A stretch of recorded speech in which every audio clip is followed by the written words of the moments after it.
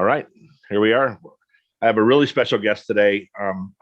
We don't usually build this podcast around business, but Steve is so into business. This is Steve Heroux. I said your name right, right?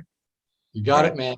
So Steve and I met a couple of years ago when I was running the chamber. He came and spoke a few times and talked about sales. And if you don't follow Steve Heroux, you need to follow him on LinkedIn and Facebook and anywhere else he can tell you where else to follow him. He has a very common sense approach to sales. And I hope I have that same, I kind of have that same feeling. We were talking the other day with another guy about Michael Jordan and Tom Brady one year, the GOAT, right? And Tony Gwynn and about all the work they put in that no one ever sees, right? Everybody sees them. Oh, they got all this money and blah, blah, blah. They forget all the hours and hours and hours they put in. And Tony Gwynn was a subject of in a book that I read. Oh, nice.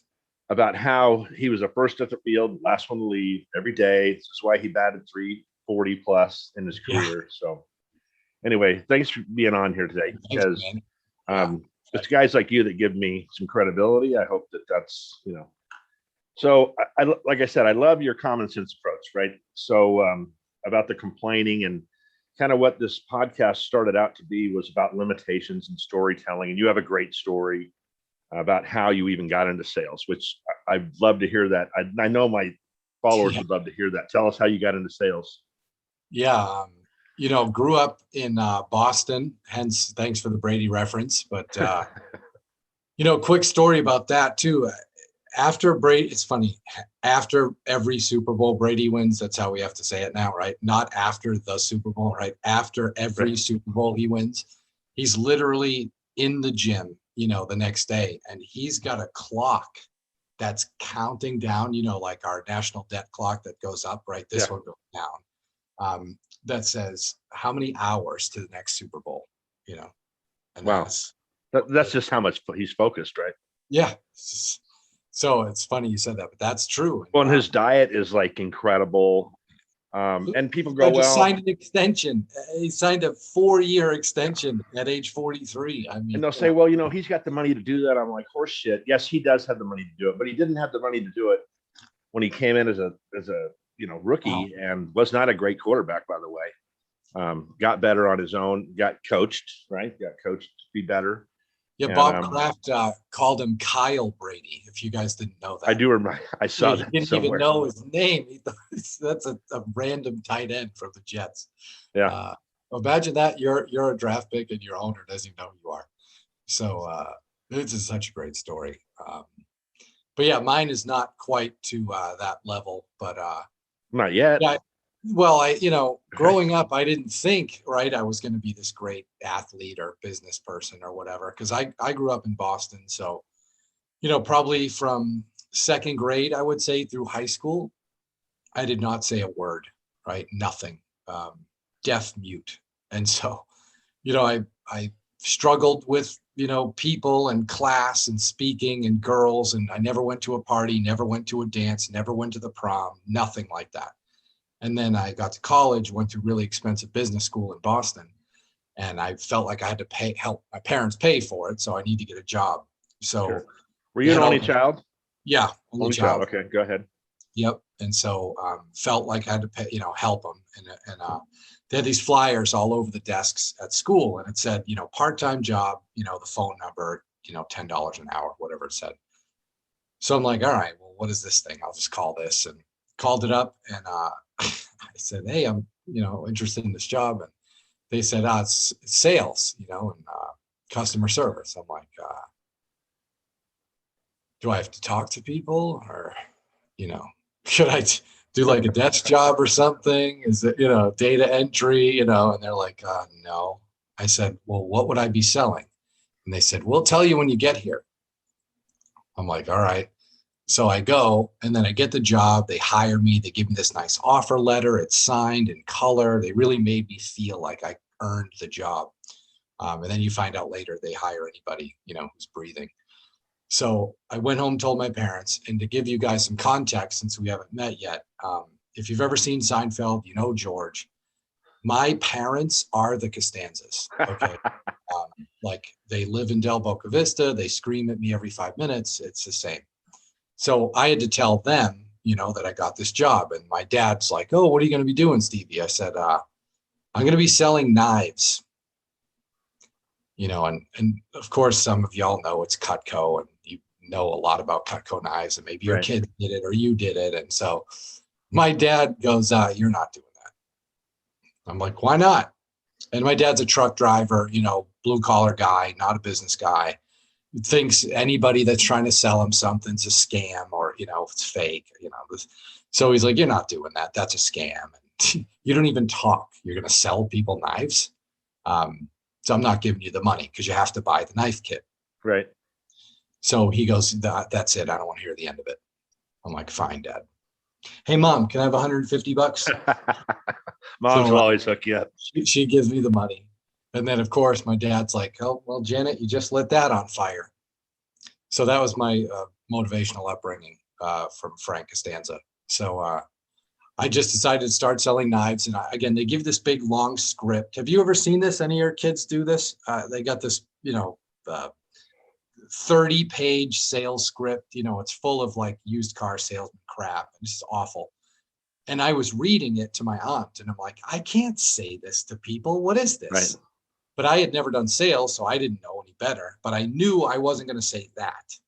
And so this is where I first learned business unintentionally. So I said, "Well, I'm selling knives, so really expensive ones. So I would assume people would want to, use them." So I went to the grocery store and I would buy like a carrot and an onion. Right. I'm broke, right? I'm 18. I don't have any money, but I can afford 96 cents. So I would bring food to people's houses, and then we would cut the food up. And then I started selling knives. And then my first 3 weeks, I was the number one rep in all of New England. I made $1,600, Wow. which is like 1.6 million, right, to an 18-year-old. Right. And Right. I, went home, told my parents, and I said, "Dad, you were right. That knife thing didn't work." And he goes, "I told you it wasn't going to work." I go, "Yeah, I'm just kidding, Dad. Here's my check." Nice. So then he goes, "This from the knives?" I go, "Yeah, Dad, it's from the knives."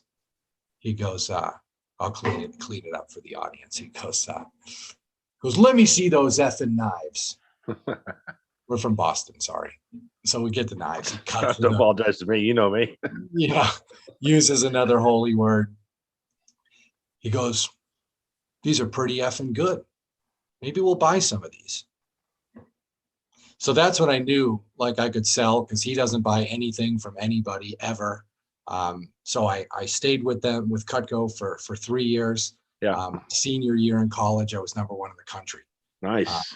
So, it's funny to even tell the story, but I was the last one, dead last you would ever have picked to be good in sales. Literally dead last. First in kickball, last in sales. Yeah, but you know why, dude? It's because it's just you. You're just putting you out there, right? I always kid with people. I said, you could take all the sales books that were written, and I don't know, you're old enough to know who Dr. Spock was, but in the '60s there was this Dr. Spock, this genius about kids, raising kids, and my mom used to say, I said, "Mom, have you ever read his books?" She said, "Yeah, they're great, especially if you guys couldn't reach the table because you could sit on them." And I think with sales books, that's a lot of the times where these sales gurus that are out there trying to tell you how to sell. And it's funny, the way I got into sales is I had to financially get into doing something different because I was going through a divorce.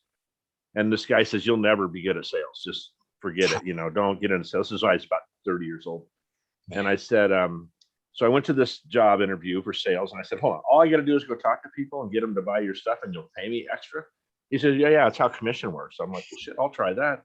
I've been in sales since I was 30. So I don't have, funny enough, I don't have any kids in sales. I have one kid that's out of 8 kids. I have one kid that's a public relations person. And then actually one daughter that did some phone sales, so she's very good at it. Actually, I can't. Yeah, I was going to say, usually sometimes people have kids that have done, Cutco or vacuums or, whatever. Yeah, book, no, none right? of those. But no, and I think I met you through the chamber, but, after Cutco, I ran sales teams for them, of course, for a while. And then Right. I found Aflac, right, where we met. And it's funny, I was just telling this story the other day because we talk about stories, and this is part of my Vistage talk, and people remember stories, right? You want to sell with stories, not numbers and bullshit and features and benefits and crap like that. So I was telling this story to the Vistage group in Chicago. So when I lived in San Diego, I go out to Julian a lot. I just love it out there. I write, I get Yeah. stuff done. So there's this little, I don't know if you know this one. When you pull into Julian, there's this little grandma's little coffee I've shop. been there about 7 million times. My parents used to live up there. Yeah. Yeah, next to the gas station. So I go in there, I get my coffee, I come out, and all I can hear is, "It's the Aflac guy." I turn around, this guy in the chair under the birdhouse, right? He's long beard. I'm like, Paul? I don't know, I remember this guy, but he was like ops manager for Girl Scouts, and we paid him a ton of money when he broke his ankle and so on. I hadn't seen the guy in 5 years. I have a beard. He has a beard. Neither of us had beards. So I'm like, Paul, he goes, "What's going on, man?"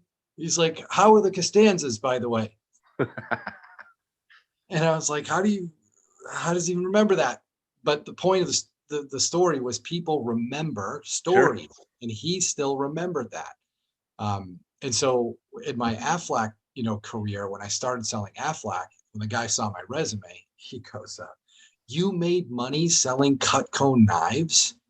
And then he saw that I made it to the, number one or whatever. He goes, "Oh, if you could do that, you could do Aflac," right? And I'm like, "What the hell's Aflac? I don't even know what Aflac is. Is it car insurance?" I didn't know. So then he started telling me about the cancer policy and all these things that we would do to help pay people when they got sick. And I'm like, oh my God, my family could have used this. It was a struggle. And so I didn't even know it existed. So I'm like, I could sell that. I mean, this is going to help a lot of people. So again, that's when I started selling Cutco and selling Aflac.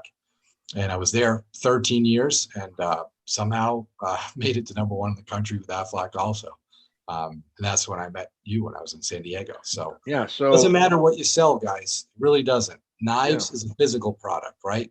Aflac is an intangible peace of mind service. Really, it's not even a product. But if you have conviction, confidence, and integrity, and honesty and humility, you can be successful in anything as long as you believe that it's going to do something for other people.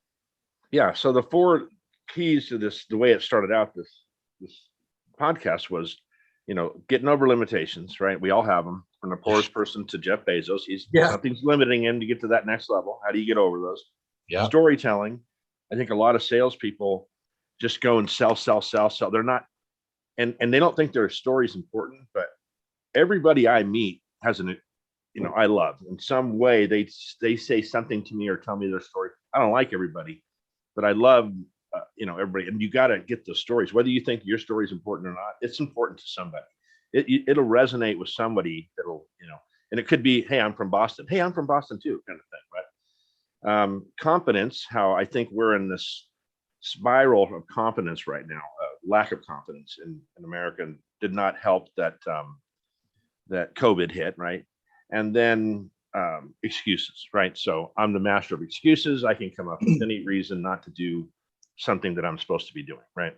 Yes, sir. And so you talk a lot about those limitations. You'll get, and you had one yesterday about, I thought this was great, because when I told people I wanted to go out and do more speaking and do this thing, they're like, "Ed, and I'm like, bullshit. I can do whatever I want, right? I can be good at it, right?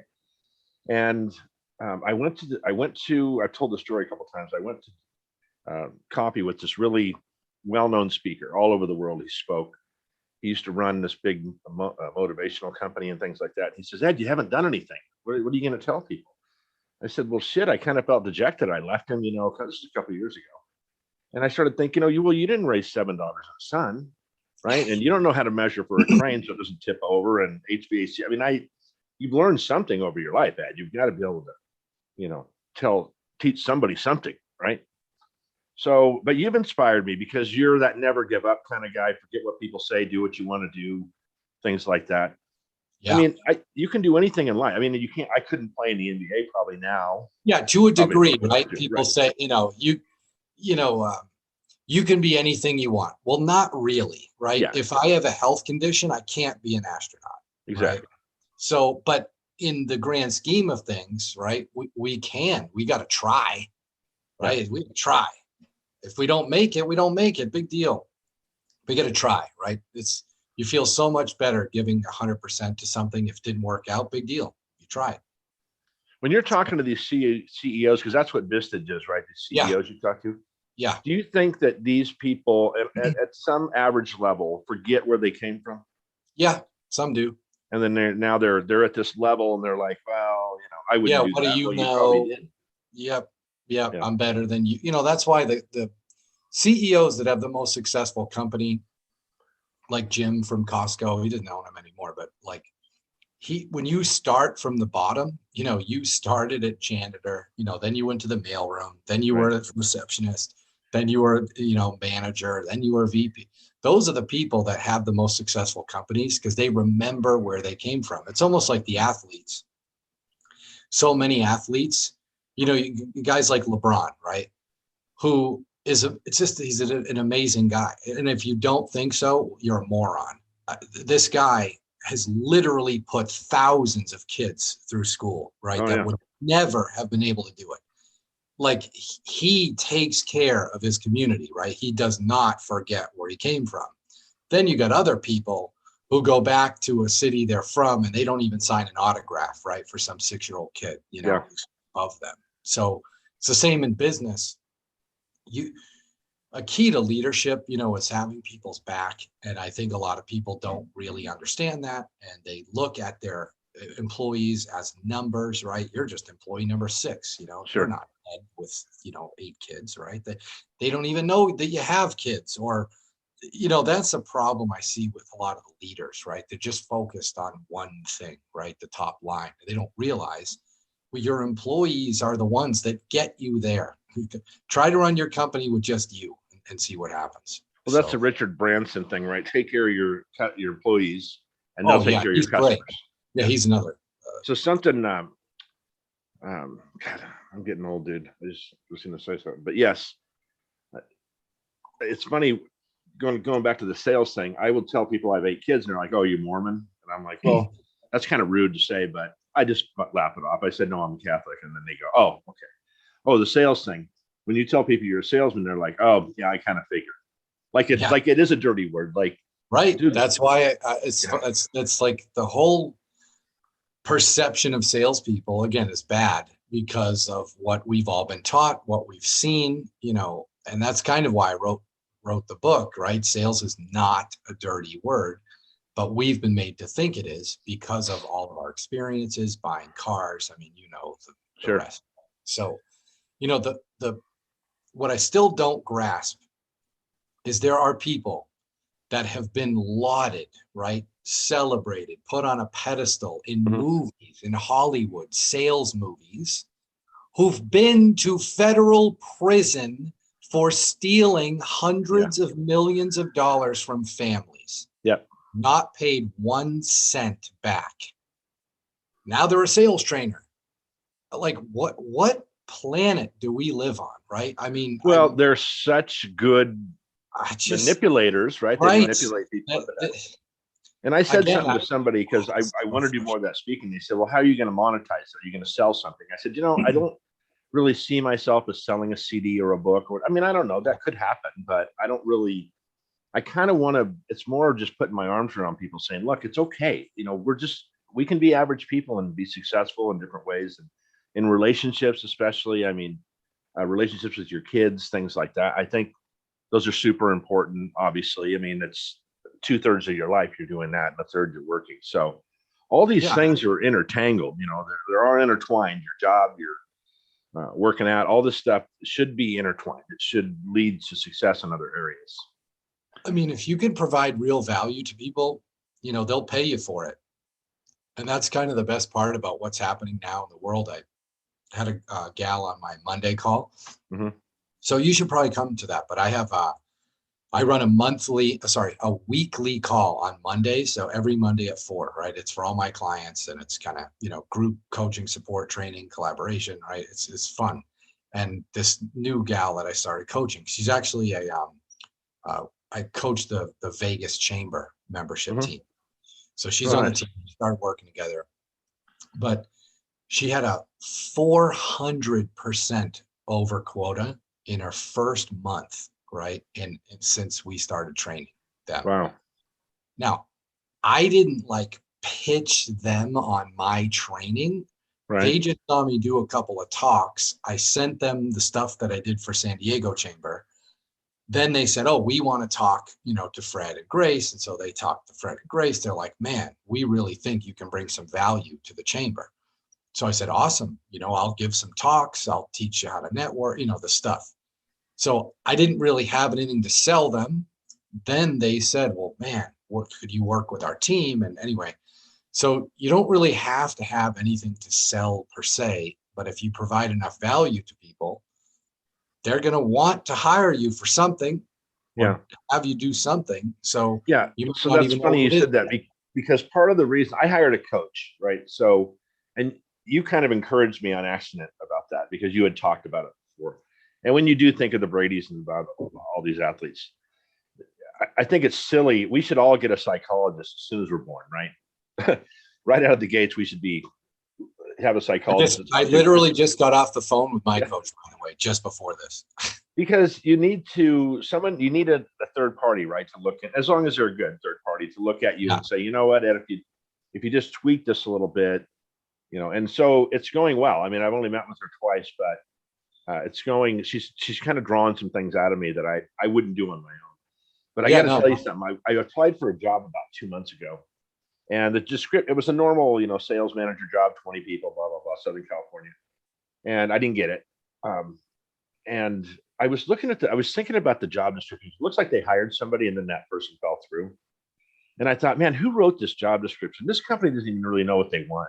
Dude, right? It's funny you saying this, and I hate to interrupt because this is literally what I just taught a client this morning.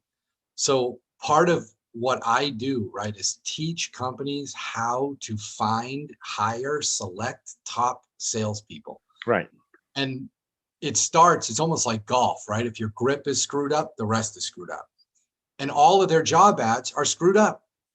And it's funny you're saying this, and I wonder if this is the case, and tell me if I'm right. I could be wrong.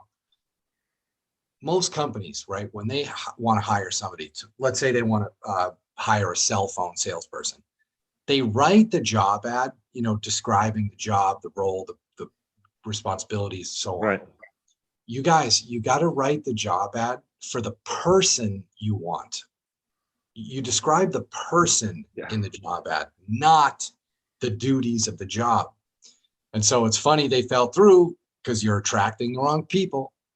Yeah, and we did the same thing at another company that I work with as an independent contractor. They hired a guy. He was there 5 days. I said, you know how much that cost you to hire that guy? But anyway, so they went through this job description, and I had gone to work when I was with the moving company. I went to the owner and said, what do you want? Okay, what do you want your company to look like in 5 years, right?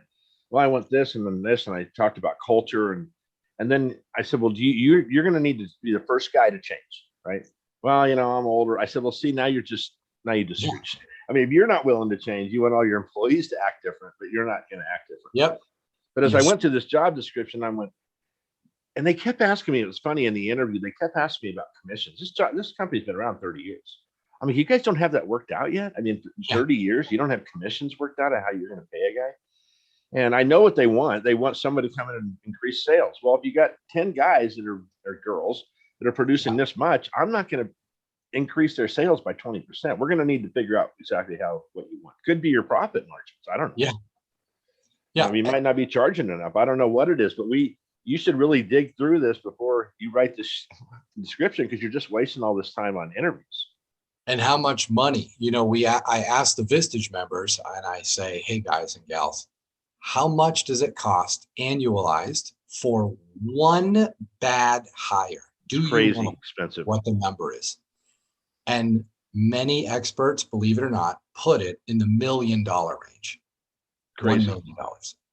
It is not the 80 grand salary, right? It's the time, the brand damage, losing your best client, the culture gets ruined. They cause your number one person to leave. It is a decision that most companies screw up over and over and over and over. Yeah, absolutely. And they just don't realize that they have to change the process, right, to get the right equation. But that's part of one of the things, that now is really going well for us is this is a function in a company that is completely dysfunctional. And so they bring me in, us, right, to fix this problem. And it's pennies on the dollar compared to what they keep doing over and over. And it's like, if they don't recognize it, again, if you can't see the forest for the tree, you got problems. And so, well, and I that's went to, when I did go to work for the moving company, the guy says, I got from the salesperson, oh, another sales manager. And I'm like, okay, well, so no, you've already got a history of fucking this thing up, right? Yeah. Something's wrong here. And, you have to go in and kind of calm everybody down, say, we're not changing everything. No one's getting fired. Let's just kind of go through the process and see where we're at. And of course, they want you to turn everything around in 60 days. And you're like, yeah, it took you 20 years to screw it up. It's probably going to take me more than 60 days to fix it. But no, yeah, it was crazy. These are the men and women that, they're terrible cooks, right? And they think that if they just change the pan, that it's going to come out well. That's a good analogy. I only thought of that because I was just cooking breakfast, but it's true. It's if you don't change the top, I can't help you. So I've had companies that have wanted to hire me and I passed, right? I go, no, listen, because they want to fix sales. So, we do the sales DNA test and we have this tool. It's incredible. And right. It literally tells us everything about a salesperson, sales manager, and so on. But we do the same for the leaders, right? For the VP, the CEO, and so on. They go, well, I'm not going to do that. I go, what are you talking about? Well, I want you to, we got to fix the salespeople. I go, bro, you are a team. Like if you are screwed up, this is not going to work. I need to find out if you know what the hell you're doing as a leader of salespeople. I'm not just going to come in and tell them something and have you undo it. This is a team thing. And they go, well, I don't want to do that. I go, great. It's nice meeting you. Well, the other thing I see a lot of companies do is they'll lower their prices, right? Lost leader kind of stuff. And they don't understand how long it takes to get that money back. But I was I went to a IFMA, this International Facility Manager Association, and this guy came and talked. And great company that he was from. I can't remember the name. But they had this policy that if you wrote a suggestion and no one got back to you in 24 hours, they would, whoever the executive was, have to take a week off or something like that. And all the executives are like, yeah, haha, that's funny. And this guy walks in one day and 3 desks are empty. And he's like, I'm not screwing around with you. You got 24 hours to get a response and 72 hours to determine how you're going to fix this thing. And when you have a leader like that, that holds their hand to the fire, right, and says, look, if the janitor writes a suggestion because he sees a potential hazard or something in the place, these are important. These are people are on the job every day. You're not. So I like companies that do that. But that's accountability. Right, most of them don't have it. It's just 80s management style. Like when I went to work for Pepsi, the owner says, if you do your job, I'll let you keep it. Well, there's a great incentive, right? I mean, I had to keep my job because I had kids, but I'm like, that's, people don't quit jobs. They usually quit people, right? Leaders. They quit managers, whatever. Technically, they quit managers, right? Because it's hard to quit a leader. It's easy to quit a manager. But that's what happens in all these companies. And they wonder why, they're not having results. And it's just, we literally just talking to Pam, right, my coach, and we were talking about some of the things that are happening in my business that are going well and all this stuff.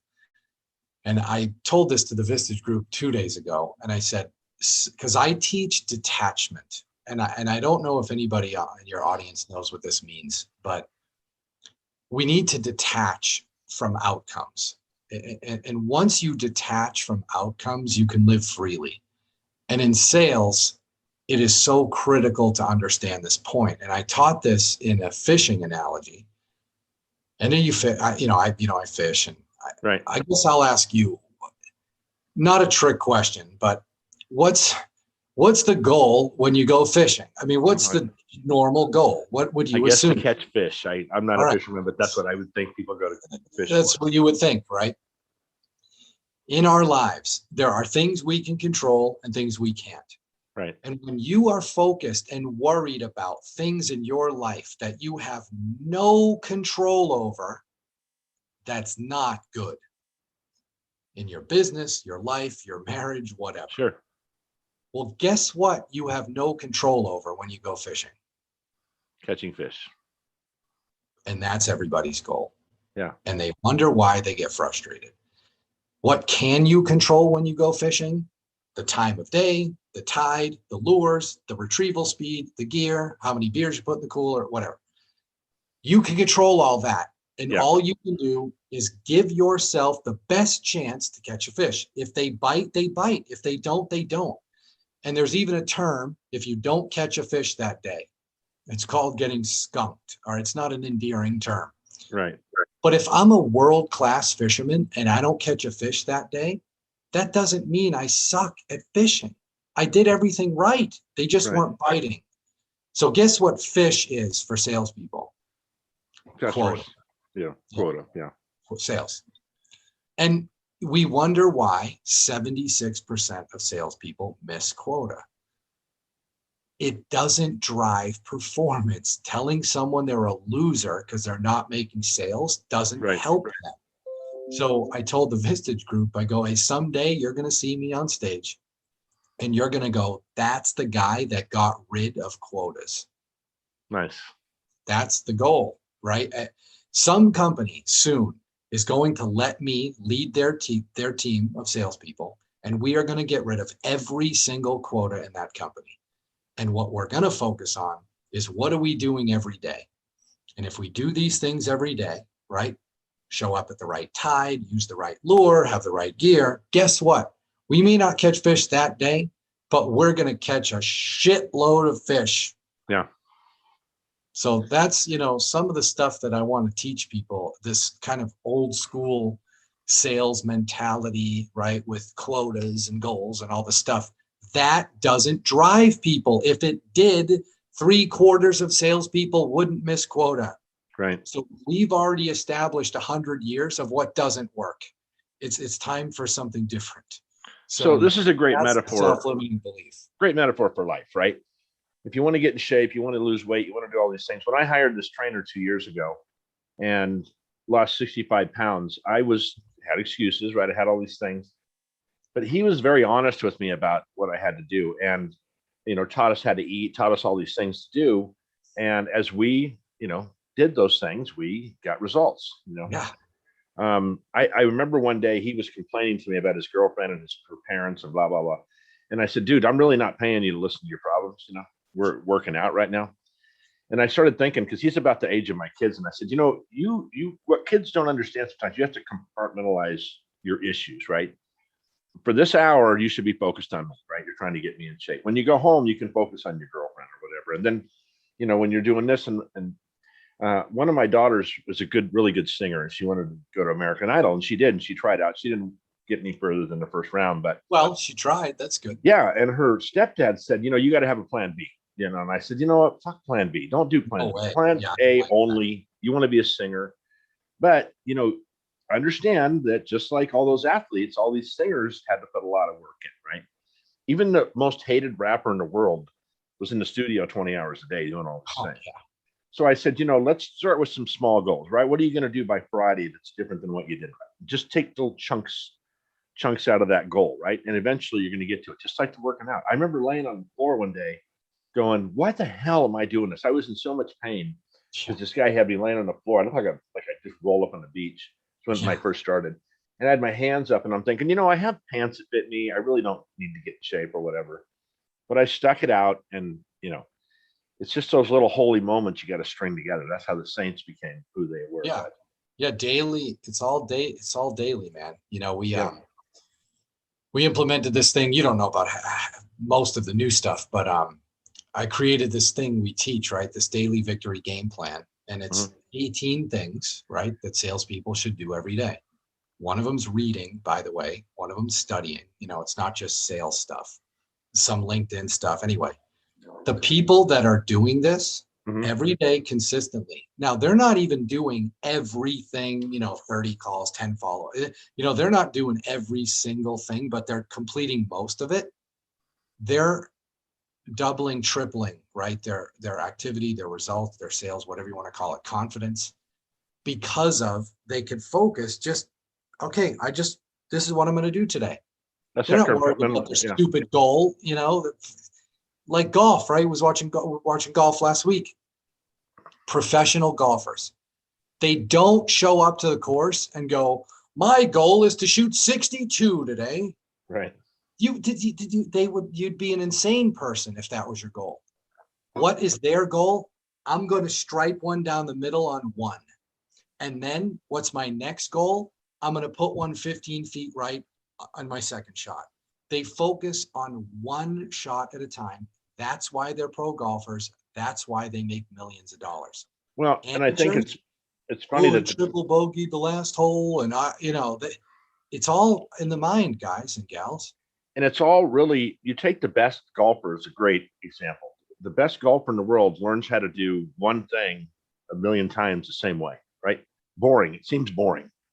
Yeah. When you get to that high level, it's not, but it's really just focusing and learning one thing. Funny thing you said about reading, and then we'll wrap this up because I know you got to get going, but, no problem. And we'll just do this again because I think no worries. You and I could probably talk for like 3 hours, but no the reading thing. So this friend of mine, every time I'd see him, he's like, oh dude, you got to read this book. You got to read this book. You got to read this book. And I've read a lot of books and still do, but at some point you got to stop, right? Take what you learned and implement it before maybe you go to the next book. I'm not saying people shouldn't read, but he was talking I read books twice, by the way, and this is a good tip for you because this is you're right on the money. I read a book, so I read it through, then I read it again and I take notes as if I'm studying. So that's the stuff I take away, that I implement from the book. So it's not like, oh, how many books can I get through? Like a movie, right? Yeah. Implement the stuff that's in there. So, well, what I would do is I'd usually buy two. I'd buy an audio. Yeah. Right. And then I drove a lot. So I would listen to like Simon, like Start With Why. I probably listened to that 10 times. And I'd highlight it. Yeah, I know. It's a great book. Good to Great's a great book too. I don't know. You probably read that. Yeah, I've read that. I really got into that book because I was selling for a manufacturer that kind of, this guy used to run Wausau Insurance and he took over this company. And he was basing a lot of his fundamental stuff on Good to Great. So I really got into that book. A hard book to read. The first 3 chapters are so friggin' boring, but they all made sense right when the guy brought it around, when Jim Collins brought it around at the end. So, dude, I'm proud of you, man. You're kicking ass. What I'm impressed about you, why I'm impressed with you, is you said you were going to do something, right? You're doing it. You're changing your course a little bit, like anybody has to, right? You got to adjust. Oh yeah. And I love your posts. I think the only thing I've ever disagreed with you on, we were in a meeting and you were talking to the chamber, was that you have to get out of your comfort zone. You're like, no, you gotta stay. That's where you're gonna operate best. I think we're both right. It's you do have to get out of your comfort zone in your life. What my point is in salespeople need to be in their comfort zone. Yeah. Meaning you have to be comfortable making cold calls or you're not going to make them. Right. You have to be comfortable speaking to a group of CEOs or you're not going to be effective. So the comfort zone thing in life and business and stuff, I agree with. But when it comes to sales and ability and skill and mindset, you better be as comfortable as possible, right? When you're in front of an audience. Because people take that sentence out of context and say, correct. Well, if I drive backwards on the wrong way on a freeway, that's getting out of my comfort zone. No, that's just being stupid, right? Yeah, that's different. You gotta, but listen, man, you're killing it. And I want to hear more about some other things you're doing, because I know you got your hands, a lot of irons in the fire. But lots of good stuff coming. Yeah, and I really appreciate you doing this. I know you didn't have to, and take your time. Time's valuable. So anyway, edfranklin.nolimits podcast. Follow it on, there's plenty of places to follow. It's on Apple. It's all over the place. I'll post it online. This is I'm probably going to put this on to the end of next week. So I have another one tomorrow. So one of these days I'll get out to Vegas and I'll be here. Go have a beer or something. You'll be there. No, you won't. You'll be. Well, I'll be traveling, but randomly I'm at home. Do you live in Las Vegas or do you live in a little Yeah, what's called Southern Highlands. So Okay. unfortunately, a bunch of the Raiders live around here. That stadium's cool looking, dude. It's freaking, it is just a work of art. Yeah. It's funny. I did a Vistage talk for all the Vegas Vistage members, and one of the guys that's a member, he's the one that built the stadium. Oh, no kidding. His company built it, and they built it like 2 months ahead of schedule. Wow.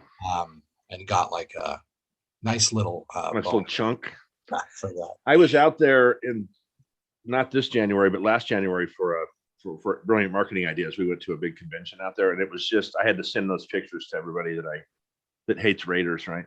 The last thing I'm going to say we'll talk about Brady. There's so many people hate this guy, right? And obviously he doesn't care. But I'm like, how could you hate this guy's excellence? I mean, people hate LeBron. It's the same. Yeah. They hate LeBron, right? And I'm a Jordan guy mostly because of my age, right? We're the same age. When I was coming up, he was coming up. I was way into basketball back then. I played. I had the first pair of shoes he ever made, which were the worst shoes I've ever owned, by the way. Yeah. And I should have never got rid of them. Didn't know he was going to be who he is. Terrible shoes. He had in that thing he did. He talks about wearing those shoes back to Madison Square Garden, and his feet were bleeding. That's why he had to run off the court afterwards. I remember that. Yeah, that was.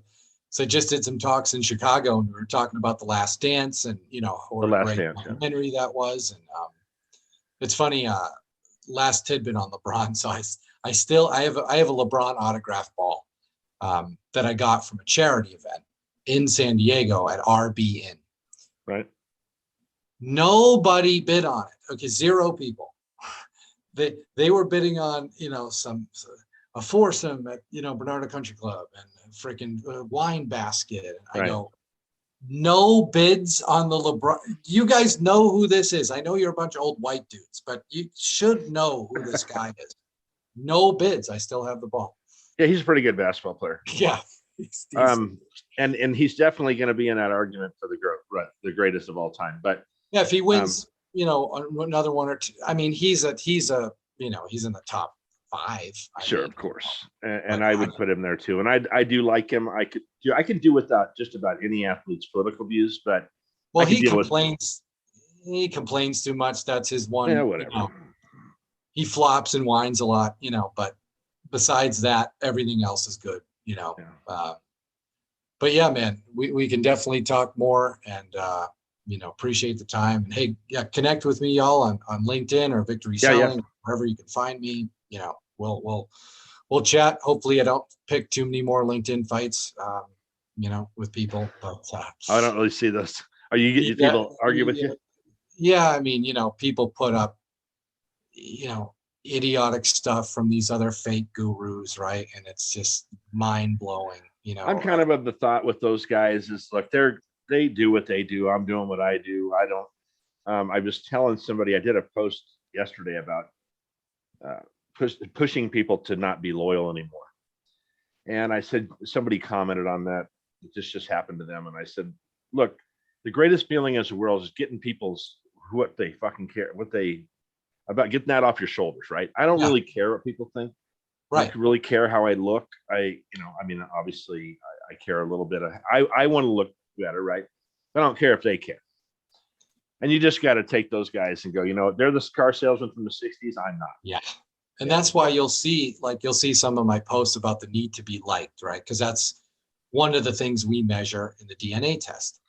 88% of people have a need to be liked in sales. 88. That's just human nature, don't you think?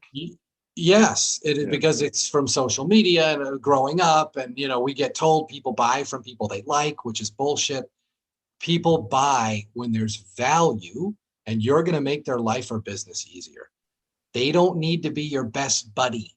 Now, you need to be likable, but you don't need to be liked. All these top 10% men and women that I work with, they would rather be respected than liked. But by the way, they are all liked. They just don't require you to invite them to dinner or to marry their daughter. So once you guys understand this, and you probably saw this at the last thing I'll mention, you're not going to be everybody's cup of tea. Right. It's just, once you realize that and you stop worrying about what other people think, your whole life will change. And so you're spot on there, right? Who gives a crap? They like me, they don't, whatever. I'll be fine. Right. As long as you're there for your family, that's all that matters. That's right, baby. All right, man. Thanks again for All right, coming man. on. I'll Thanks, let you buddy. know when this is going out, and have a Yeah, great week, man. All right. you got it, man. Thanks, All man. right. See you, everybody. Talk to you See you. soon. See you, bye.